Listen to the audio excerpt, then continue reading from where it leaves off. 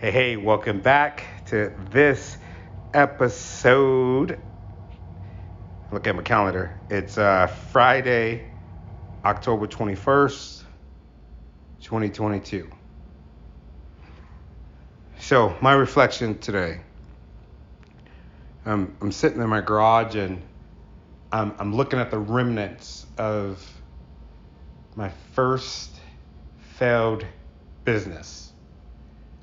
If you're an entrepreneur, you're a leader in the company. You're a leader in a company, there's chances are that this ain't your first company unless you've been fortunate enough to be the next in line, the heir to the throne of your company's business. Right? You got some family members in some high places. But if you're like the rest of executives or managers and you've climbed up, you climbed up the ranks. Chances are you didn't climb up the ranks in this day and age. You didn't climb up the ranks with the same company. You came from someplace else. Nowadays, it's very rare for people to stay in the same company their whole career. When I was jumping around, my mom would always be like, dude, what is wrong with you? How many jobs do you need? You got a new job? I was on the move. I was ambitious. I was hungry. What I did was I would be at a position and I would move up. And the way that I would move up was move out and move up. It's a really cool strategy.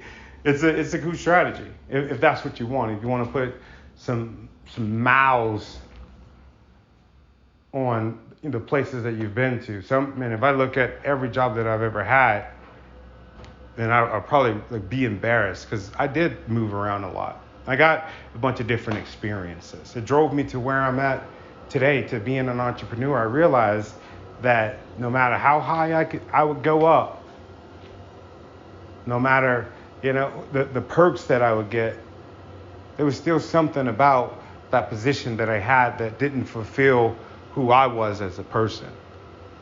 Maybe it fulfilled those needs in the moment. There was certain parts about the job that I liked, but it wasn't for me. Not like what I'm doing right now. I know that I'm making a difference in people's lives. I know it because they tell me, and that's where I get my joy. I get my joy in inspiring people to go for what they love to do. The profit is the benefit. And if you love what you do, the profit and the benefit that you're going to get is going to be in abundance. There's no lack when you're doing something you truly love. I chased the dollar. I chased the next rank. What it did was it had me calling my wife and almost hit to the point where I was sick. I was having the worst panic attack that I ever had in my life. And that was a result of not really walking in my purpose. That was the result of not really finding out what it is that I truly love, what it is that I truly want to be. So if you're young, right? If you're young and you're just getting into entrepreneurship, if you're young, just getting into leadership, or you want to get into leadership, like I'm saying, the beginning of your career, I highly advise you to do something that you truly love. Do something that you truly love. I would say it until I'm freaking blue in the face, but Gone are the days where you do something just because you owe your boss, because they're the greatest boss and you need to stay loyal to that company. If you wake up and you're complaining every morning and you're going to the same job, like I encourage you to get up and get out if you want to find the perfect job. I called my wife the highest of my career, making the most money that I've ever made.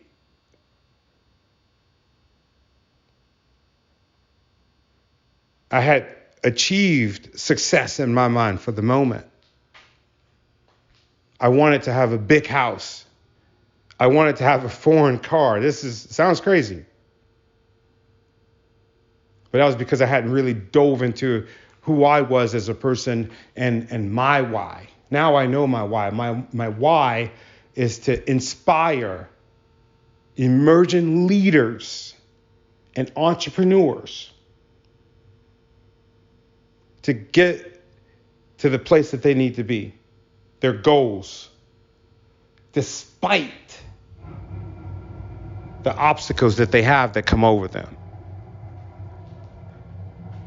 And the reason that I do that is because I know deep down in my soul, I've had to overcome some obstacles. Deep down in who I am as a person and what I'm going through right now, I'm climbing through some obstacles. And this podcast, right? The way that I did it and I pivoted, this podcast is going to be a testimony to that fact.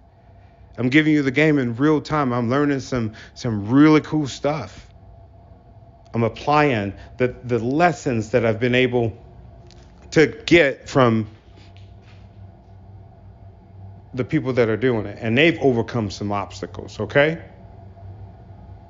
And giving you the blueprint, what worked, what didn't work. And what I'm telling you right now is that going after something for something physical, going after for a house, a car, prestige, that's not going to bring you joy. That's not going to bring you joy. That's not going to make you happy. There's studies that say that there are some people that all they need is the worldly possessions. There's different behavioral critiques and papers that says that certain people like certain things and in certain relationships, the things that they're attracted to on the outside. What if that could be the thing that could give you direction, is serving to the people that's on the outside and serving to the people that are called to be in your community. You're called to serve. And if you go on the journey of working in your job right now without the mentality of serving, without having the action of actually like getting in there and doing the work, then you're in the wrong field. Because something that brings you joy, you get addicted to it. And that's why a lot of people at work, you see, they live and they thrive off of coffee. They live and they thrive off of the wine that they're going to drink on Friday night. They look forward to the weekend because their weeks suck. Their weeks suck because they're doing something that sucked to them. They're living in somebody else's purpose. They're living in somebody else's joy. And that's why I got into entrepreneurship. Because I wanted to live my life according to my dreams, according to the people that I want to serve, the people that are like me, the people that maybe started off and didn't believe in themselves. But they got something special hidden inside of them that only they can pull out. Because the people that don't have that quality, they're living somebody else's passions and they're complaining about it every single day. Think about it. What if you was doing something you really love?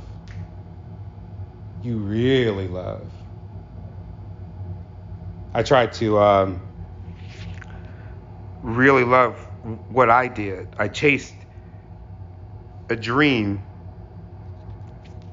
of having material things and being able to do certain things for my family.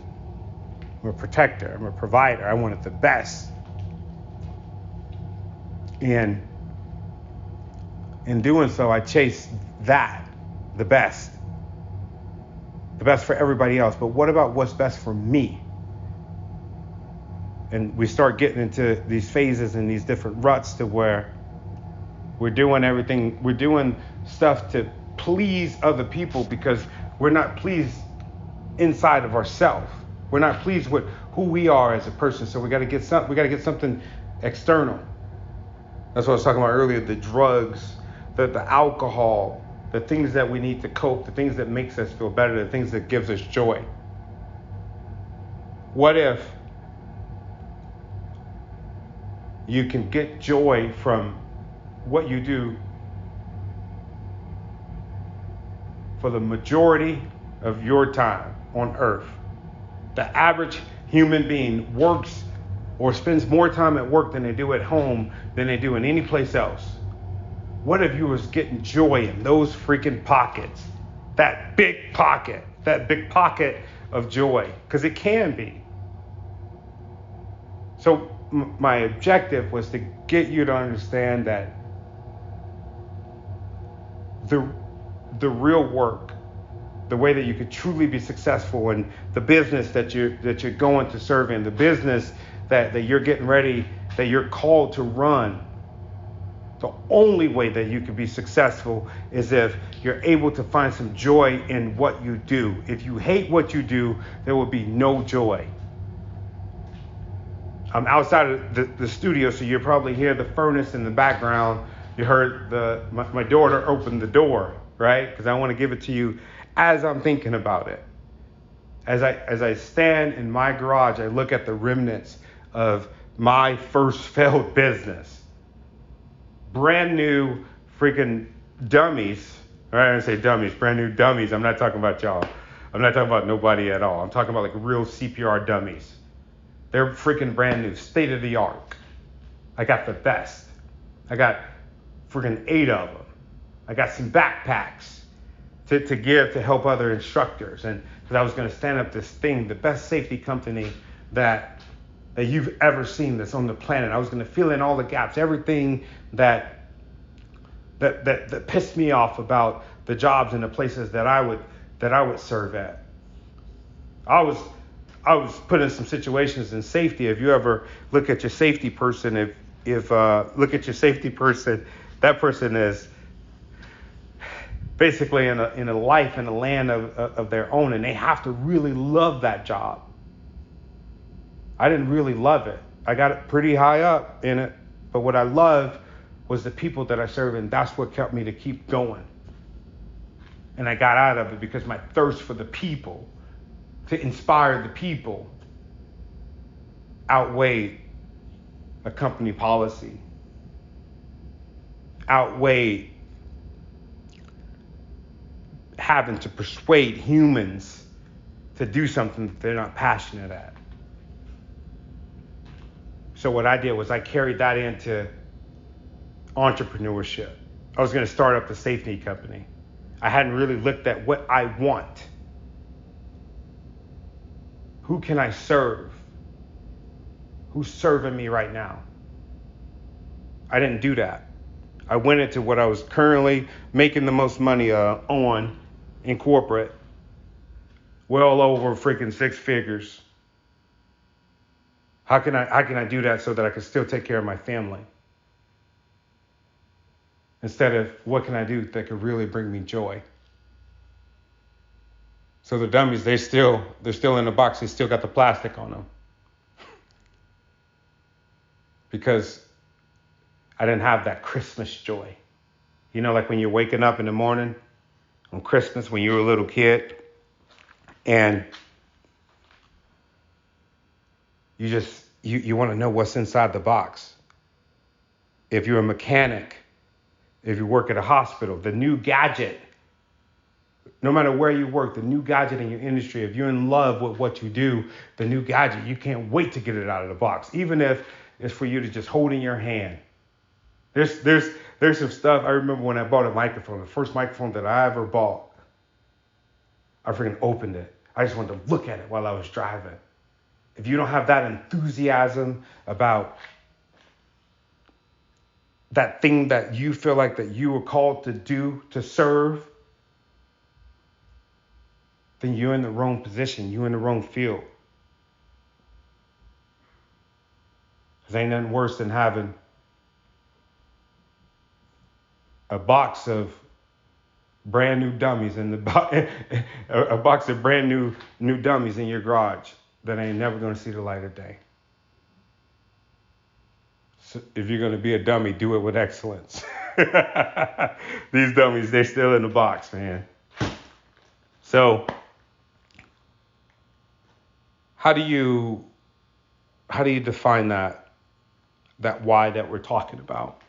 How do we define it? Here's something really simple. And if you need to pause this to go get some paper, go ahead and do it right now. Because this formula that I'm about to give you, like it really changed my life. It really changed my life. Okay.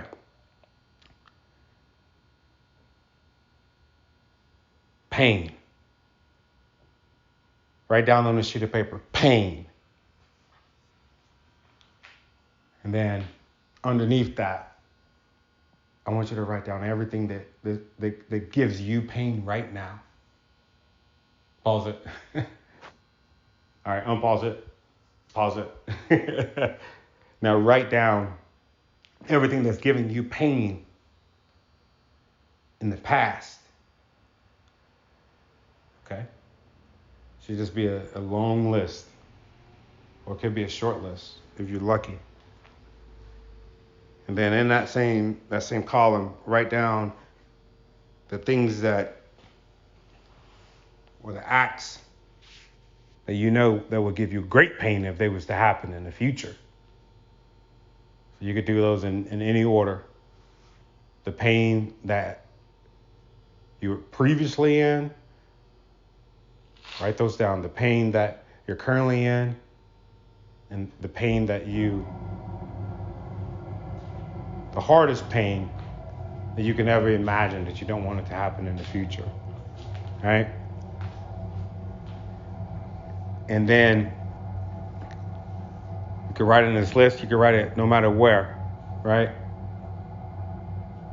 I want you to write down different events that you can think of.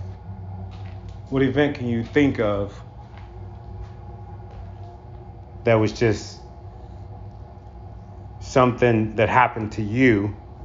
And it could be a few.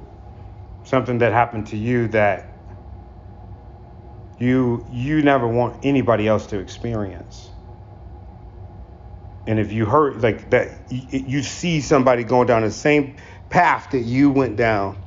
You see somebody getting hurt by the same type of person that hurt you. Those kind of examples. I'm talking about rough stuff. Okay? For me, the people that I would help in this moment, that I'm going to be helping for the rest of my life, I'm committed to helping the people that have been called to do something.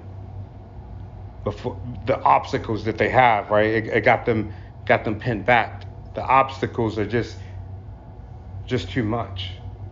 I want to help those people go forth because I went through some pain where I didn't believe in myself internally, and then externally, I'm getting told that I'm nothing. I was told by a counselor that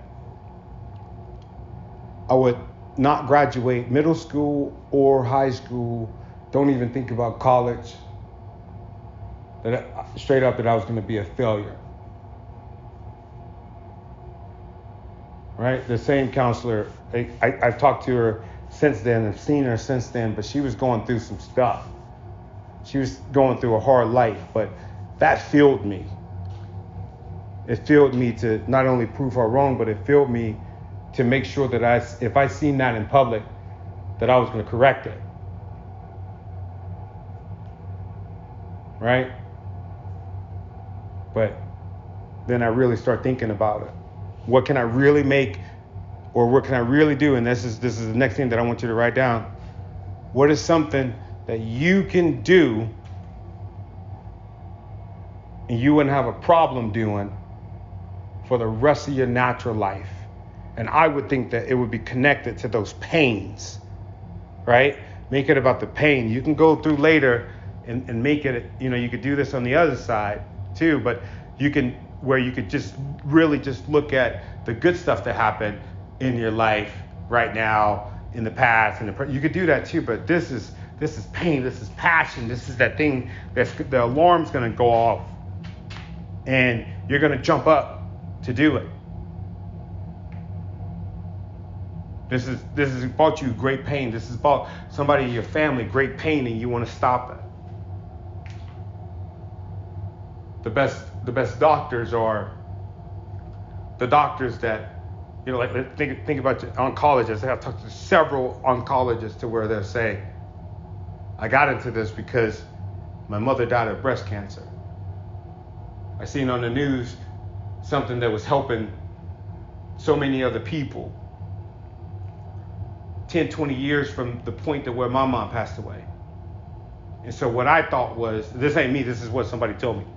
So what they thought was that if they could be a part of the solution and speeding things up and doing the research to speed it up, right? So if the amazing cancer breakthrough that happened 20 years later, what if we can niche that down to 5 years as far as like where we're going and the acceleration of the research that we have? What if we can go beyond where we're at right now? What can we do? And that's why that person got into medical, and they're one of the top scientists in all of the world. But that was his passion. His mother died because we hadn't progressed enough in medicine. What is that thing that haunt you? And if you're doing this correctly, this question is going to haunt you. I want you to write it down on its own sheet of paper. If I don't do this, it will haunt me. It will haunt me. Or you could write down, this truly brings me joy. And it'll take you a little bit to kind of go through that process of where you at. But I'm a firm believer. If you go on the route to where you start with pain, you'll get to your passion really quick. So write that down on a dry erase board. If I don't do X, it will haunt me for the rest of my natural life. It will haunt me. And I want you to think about that. Marinate on it. Yeah. That's all I got. Just think about that. I'll see you tomorrow.